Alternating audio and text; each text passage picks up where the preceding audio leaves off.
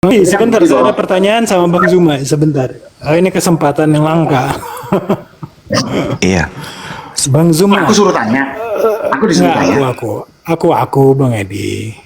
Kalau aku enggak sih. Bang Aku Zuma, nikmatnya aja. kira-kira lebih Gimana, Bang? bahaya mana? Kodeks Gigas atau Kodeks Anwarjan? Kodeks Al-Warjan. Itu LAI. LI. itu kalau kita lihat Pertanyaannya menjebak ini pertanyaannya Bang Gege. ini kalau saya melihat cara Anda bertanya itu ingin menyatakan sesuatu yang menurut saya banyak nyakitin orang nanti. Karena Serius. meskipun Kodeks Gigas ini disebut sebagai kitab setan, tapi minimal tidak membuat orang-orang Indonesia kesetanan. Tapi yang satu itu, Allahu Akbar, Masya Allah. Masya Allah. Tapi sedikit tambahan aja, Gurunda ya. Ada satu jurnal dari penulis Dan Brown ya, bahwa Kodeks Gigas itu betul tadi, Masya Allah, semua sudah disampaikan. Hanya ada yang ditutup-tutupi oleh gereja, ya, terkait siapa ini Herman ya. Beliau ini biarawati yang sebetulnya ya kecewa dengan gereja pada Iya. kegelapan itu. Betul. Iya, Itu betul. ada teori konspirasi yang menuduh dia gitu. Makhluk pendamping saya tadi mana? Iya itu, itu tadi ngomong-ngomong tapi kemiyat. Masya Allah, tafadol. Itu. Iya, benar Bang Gigi. Wabarakatuh. Waalaikumsalam warahmatullahi wabarakatuh. Wah, luar biasa. Baru kali ini lagi aku ketemu guruku nih, Abang Dasuma, Masya Allah ya. Ini memperdalam lagi Guru kungfu. keislaman saya, Bang Dasuma ya. Alhamdulillah. Selama saya Masya Allah. menjadi umat muslim, alhamdulillah, dengan seringnya juga mendengar dari Bang Suma, semua masuk akal loh. Saya masih ada Bible itu hari, saya simak betul. Wow, luar biasa Gerunda ini. Saya Insya Allah, Bang. begitu terus. Allah ya Allah. Allahu Akbar. Saya tidak bisa menyimpulkan dan kata-kata apa lagi, hanya Allah yang tahu. Betapa bangganya saya punya seperti Abang Dasuma ini, Masya Allah. Iya, saya dan teman-teman apologet juga bangga kepada sahabat-sahabat sekalian. Masya Allah. Ya, betul Bang Suma yang Bang Suma katakan tadi, banyak yang disemua. Makanya saya waktu dulu ya, waktu pertama ingin hijrah, sudah mulai ragu dengan kitab saya itu. Saya menanyakan hanya 2 ayat, Bang Suma, saya langsung dimaki-maki, disiksa dan lain sebagainya sama bapak saya, termasuk romo saya. Iya. Masya Allah. Memang kuasa Allah itu lebih mulia. Apa kata Allah di dalam Al-Quran? Rahmatku lebih besar daripada murkaku. Itu yang saya pegang. Subhanallah. Iya. Allahu Akbar.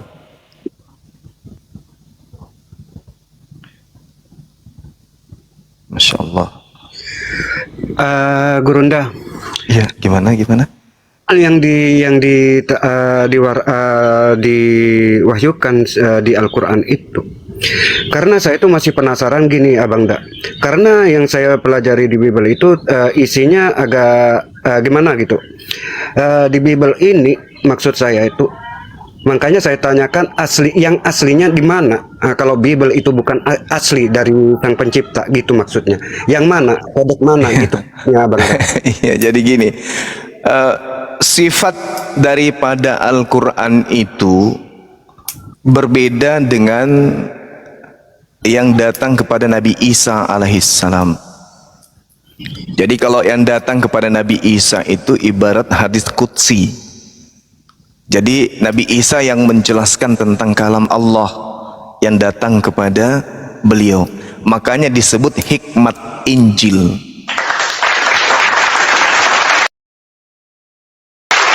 Nah, alur pewahyuannya itu sama seperti Al-Quran. Coba kita lihat di Al-Quran surah Al-Baqarah. Alif Lam Mim. Bismillahirrahmanirrahim. Alif Lam Mim. Zalikal kitabu la raiba fihi hudal lil muttaqin.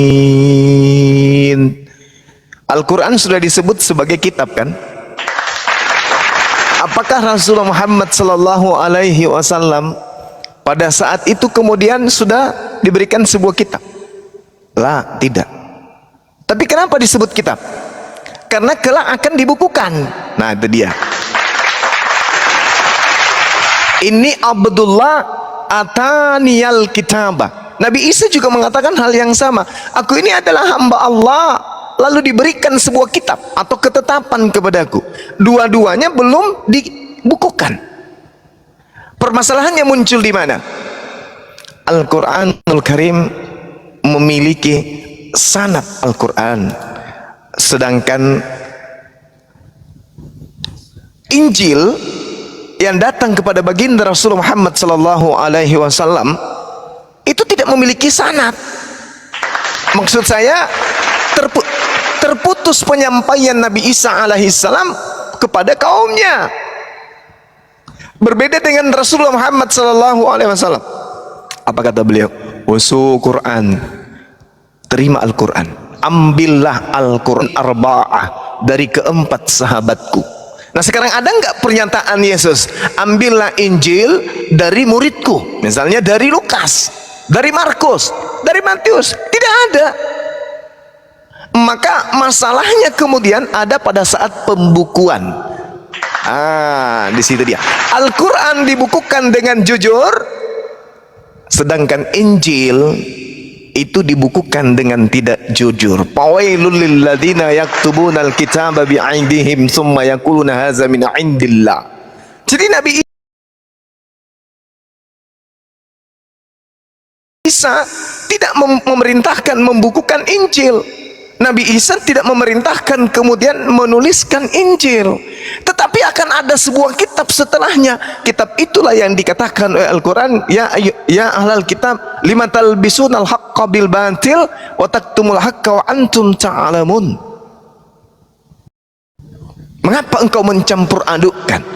Pencampur adukan inilah kemudian yang disebut dalam surah Al-Baqarah ayat 79. Fawailul lil ladzina yaktubunal kitaba bi'aidihim tsumma yaquluna hadza min 'indillah. Dan karena mereka membuat makar, Allah membalas makar itu, maka umat pilihan yaitu umat Islam ketika didatangkan kemudian sebuah Bible atau sebuah kitab dari barat diterjemahkan ke dalam bahasa Indonesia, maka cakupan Al-Quran nyata depan di mata orang-orang berakal bahwa Al-Quran tidak keliru mengatakan celaka orang yang menulis sebuah buku dengan tangannya sendiri lalu mengatakan ini dari Allah. Apa itu maksudnya? Coba kita lihat bagaimana kitab-kitab mereka dituliskan. Lukas bagaimana dituliskan, Markus bagaimana dituliskan, Matius, Yohanes, surah-surah Paulus bagaimana dituliskan. Nyata mereka menuliskan dengan tangan mereka sendiri lalu mengaku itu dari Allah, padahal itu dari angan-angan dan menduga mereka saja. Subhanallah. Jadi kalau dikatakan Al-Quran itu punya manuskrip, Al-Quran itu punya asli, punya goresan yang asli, punya tulisan tangan yang asli, betul. Al-Quran dan Bible sama-sama disebut kitab. Zalikal kitabu la raiba fihi hudal lil muttaqin. Kitab Al-Quran itu tidak ada keraguan di dalamnya, petunjuk bagi mereka yang bertakwa. Ada enggak dalil legitimasi seperti ini terhadap Bible? Tak ada. Tapi Al-Quran mengatakan loh, qala inni abdullah ataniyal kitaba wa ja'alani nabiyyan. Ada pengakuan Nabi Isa, dan ini adalah wahyu Allah.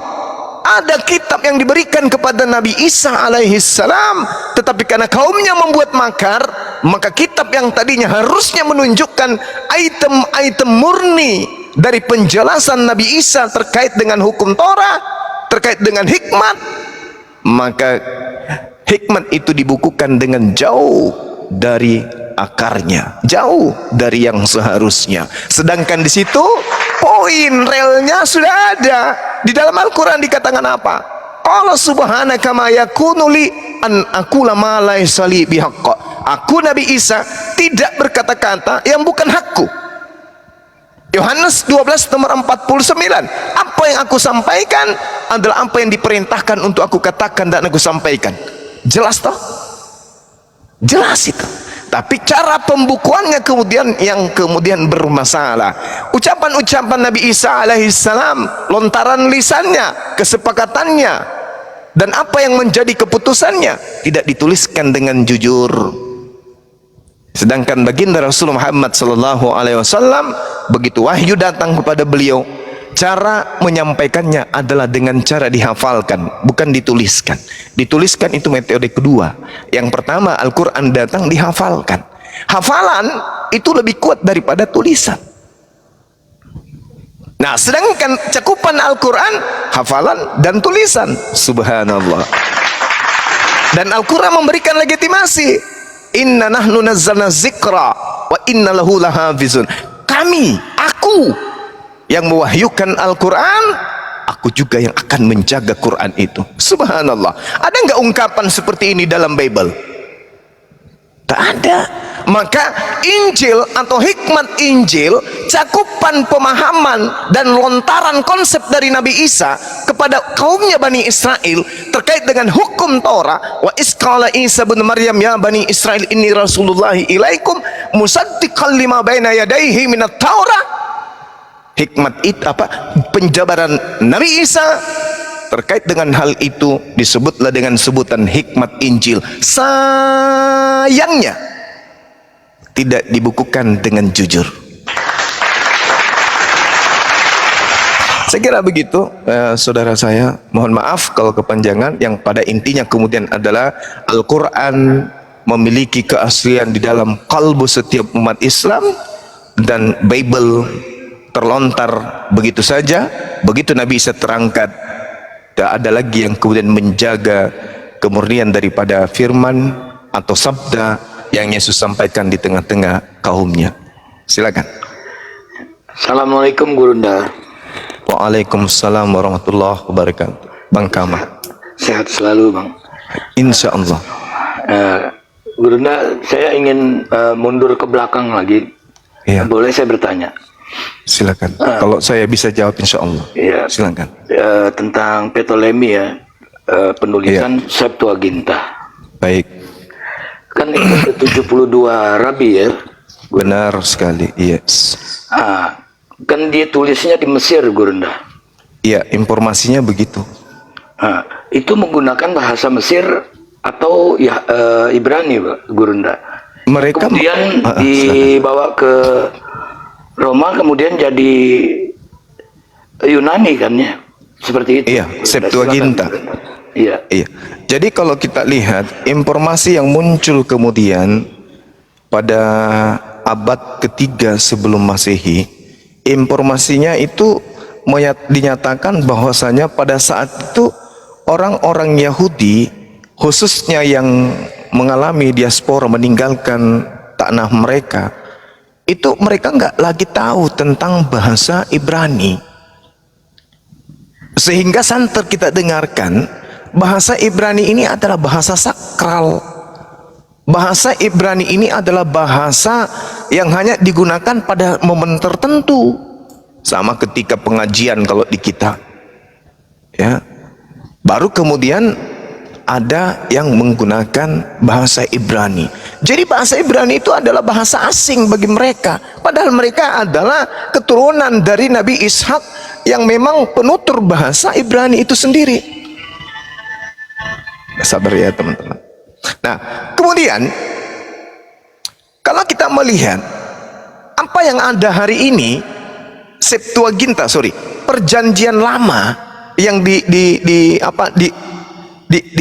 mana perjanjian lama ini adalah gelar yang muncul di abad keempat kepada hasil evolusi dari terjemahan Tanak ke dalam bahasa Septuaginta. Itu diketahui bahwasanya benar adanya dan diakui oleh internal mereka sendiri kalau itu adalah buah karya dari ketidaktahuan orang-orang Yahudi yang hidup di tengah-tengah bangsa asing Untuk supaya bisa mereka mengerti, maka diinstruksikan oleh Ptolemy II untuk kemudian diterjemahkan ke dalam bahasa Septuaginta. Itu betul itu. Nah, kenapa dikatakan demikian? Karena rabi-rabi pada masa itu ada di antara mereka yang kemudian mengetahui atau memiliki skill multibahasa. Jadi dinasti tersebut, dalam hal ini Ptolemy II, meminta kepada mereka yang ke-70 berapa tadi, 72 rabi-rabi ini untuk menerjemahkan Taurat itu ke dalam bahasa Septuaginta. Nah, jadi orang-orang Yahudi ini yang sudah terpapar kemudian pengajaran atau terpapar kepercayaan Helenisme, ketika mereka kemudian hidup ya di Mesir, Alexandria, Mediterranean, itu kemudian mereka secara apa istilahnya ya, budaya itu dikuasai oleh Yunani, sehingga orang-orang Yahudi yang hidup di tengah-tengah Mesir itu mau tidak mau ketika diajarkan tentang kitab mereka, maka mereka harus menggunakan bahasa Septuaginta. Jadi dari kitab orang Yahudi yang disebut Tanakh kemudian berubah menjadi Perjanjian Lama hari ini, itu memiliki ratusan tahun proses sehingga bisa dibukukan rangkulan dengan kitab kanonik, yaitu pada saat abad keempat barulah kemudian dirampungkan pengajaran pemahaman Septuagint ini, harus sedikit demi sedikit mereka kikis kemudian sehingga dia selaras dan seirama dengan Perjanjian Baru melalui proses meja Origen abad kedua, melalui proses meja Lucian abad ketiga, melalui proses siapa yang terakhir? Hesisius di abad keempat. Setelah dirasa-rasa bahwa Perjanjian Lama ini sudah bisa mewarnai Perjanjian Baru, maka dijadikanlah kitab ini pelukan, maka disebutlah Perjanjian Lama dan Perjanjian Baru. Jadilah satu kitab yang kemudian dijadikan sebagai kitab agama Katolik, sebagai agama kekaisaran Roma pada saat itu. Makanya orang Yahudi hari ini tidak pernah melirik buku Septuaginta, karena mereka paham buku itu adalah buku yang dibuat untuk disesuaikan dengan Perjanjian Baru. Begitu, Bang. Ya, sorry ya saya baca WA tadi ada telepon. Ya, silakan. Makasih Gurunda. Sama-sama Gurunda, silakan. Ya, lanjut yang lain aja Pak Gurunda. Saya terima kasih sudah cukup.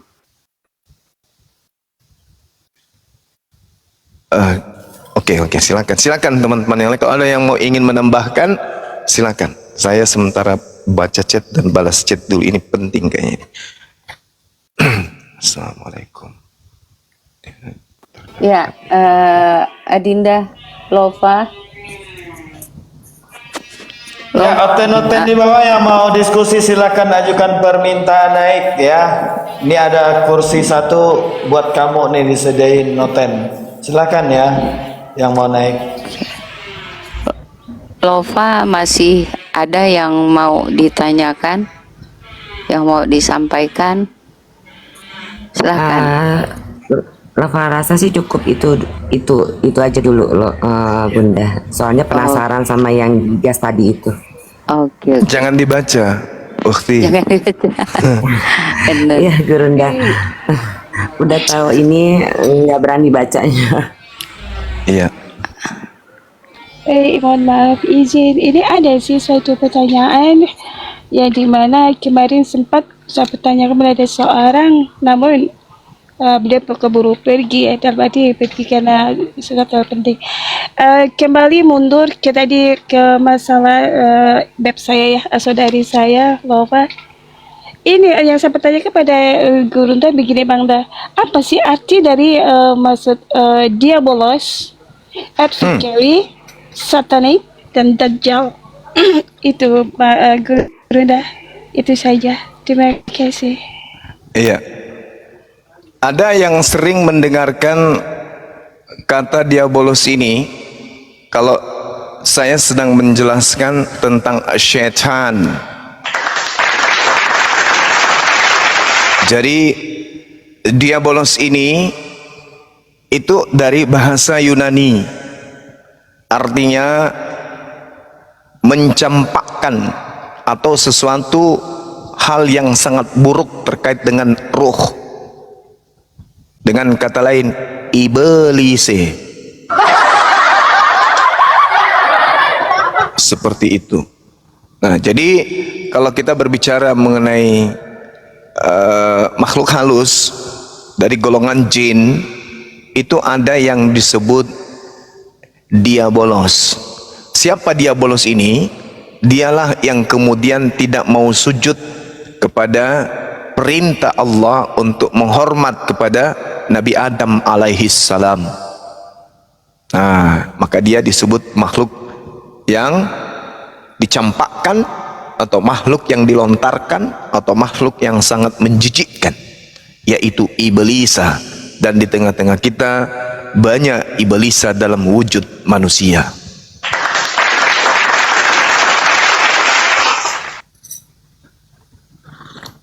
Baik, terima kasih Guru. Kini sudah bisa paham. Nah, ini Noni kalau bicara ini kayak merinding, kita punya bulu kuduk. Ingat kena Belanda. Aduh, dibilang hantu lagi sama Bang Dan, ya ampun. Jangan lagi, jangan ajukan itu bikin film-film Nonina nih. Saya tidak mau kalau ujungnya mati. Ya, izin Noni bantu naik jambatan Noni. Nah, saya udah mau itu tidak ada. Oh, udah dari tahun 12 kemarin. Lanjut. Saya sudah mencarinya. Lianka jambak aja. Saya sudah mencarinya, tapi saya tidak menemukannya. Tidak ada. Dia dari Bali, Gurunda. Dia dari Gurunda kan sering Pokoknya ngomong. saya tidak mau kalau dia aja syuting film itu perang itu Belanda, Noni tidak mau ujungnya mati. Ya, Tapi meninggalkan jejak cinta yang tak dan itu berujung. tidak akan Tengil. pernah terjadi. Karena Tengil, diam Tengil. Maaf Bang Zuma, anak Unda ini bener-bener tengil. iya. Bagus. Kita ada warna baru ya. Oke, Jadi, ya. Iya. Kita ada warna baru. Bagaimana noni Belanda berada di tengah-tengah kita. Gurunda udah kenal kan sama Saya Bunda? bukan Belanda. Sama Bundo kenal. Bundo itu orang yang baik. ini, Lianka ini, yang namanya Lianka yang kemarin. Beliau. Oh iya, Di kenal perjalanan. juga. Kenal beliau kenal. Lebih dari Saya bukan Belanda, kenal. loh. Terus sama yang di atas tuh, yang di pojok atas, kenal nggak Gurunda? Yang di pojok atas tuh. Nggak dengar ngomong apa, Bang? Yang di pojok atas kenal nggak tuh? Abang ngomong apa? Nggak dengar. Aduh, mahal. Ngomong apa, Bang? Diulang coba. Yang di atas tuh, di pojok atas kenal nggak Gurunda? Oh, ini yang karikatur yang ditulis di Bible, Devil Bible. Ini suami biarawatinya. Iya, jangan sampai dia dengar. Mumpung dia pikun malah hari ini. Bila akhirnya ada yang mengatakan Bang Dewa. Dewa, Assalamualaikum warahmatullahi wabarakatuh. Waalaikumsalam warahmatullahi wabarakatuh. Selamat ulang tahun Adinda Dewa. Apa kabar? ya harus aja ulang tahun. Ya, alhamdulillah bisa ngobrol lagi sama Bang Juma ya. Hampir 24 tahun Bang ya kita tidak ngobrol.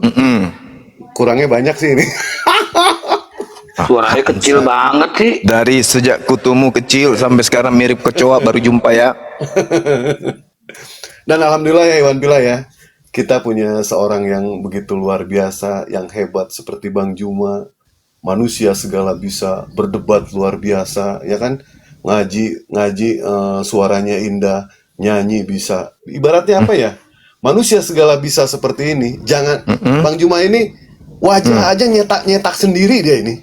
Saking segala bisanya. Bang ah. Ya. Nah ini dan Bang Juma juga jago main silat gitu ya. Ya. Jago main silat. Nah Yang ini aku cari. ada satu pertanyaan Bang dari netizen. Bang Juma ini kan jago main silat. Ini bener nggak? Bukan silat. Apa itu? Saya karate, bukan silat. Karate, ya karate, maaf ya. Nah, pada saat Bang Juma dilahirkan, pada saat ari-arinya mau dicabut, bener gak itu pasang kuda-kuda? Ini ada Betul. yang Kok ngomong, informasinya dari mana, Dek?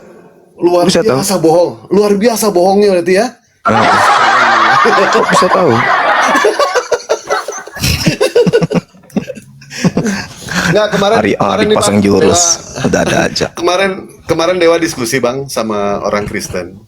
Ketika kan kita tidak tahu Bang ya, perjanjian lama ini yang menamain siapa sih? Sampai sekarang pun Dewa tidak tahu literasinya. Perjanjian lama, perjanjian baru. Makanya Dewa kan dulu Itu pertanyaan saya yang sudah 47 tahun tidak pernah terjawab itu, Wak. Iya, sama Dewa pun menanyakan hal seperti itu. Ketika mereka berasumsi kalau Taurat itu adalah perjanjian lama dan Bible itu adalah perjanjian baru, Dewa berasumsi kalau misalkan ada yang baru, tentu ada baru lagi. Boleh enggak kami mengatakan kalau Al-Quran itu adalah perjanjian akhir? Boleh enggak seperti itu? Itu Bang pertanyaannya. Itu seperti yang saya jelaskan tadi. Sebenarnya yang mereka namai perjanjian lama itu adalah perjanjian baru milik Yahudi. Di mana itu tertulis? Yeremia 31 nomor 31. Yang mereka anggap perjanjian lama itu justru perjanjian baru. Inilah hebatnya kemudian orang saudara-saudara kita ini tidak memahami itu. Jelas sekali di Yeremia 31 dikatakan apa? Sesungguhnya akan datang waktunya, demikian firman Tuhan, aku akan mengadakan perjanjian baru. Nah, ada kan? Benar nggak? Iya kan? Nah, aku akan mengadakan perjanjian baru. Dengan siapa? Dengan orang-orang Yahudi, Yehuda, dan Israel. Ayo. Berarti bagi mereka perjanjian baru itu adalah Taurat. Karena di data nomor 33 dikatakan, yaitu aku akan memasukkan hukum Taurat ke dalam batin setiap Bani Israel.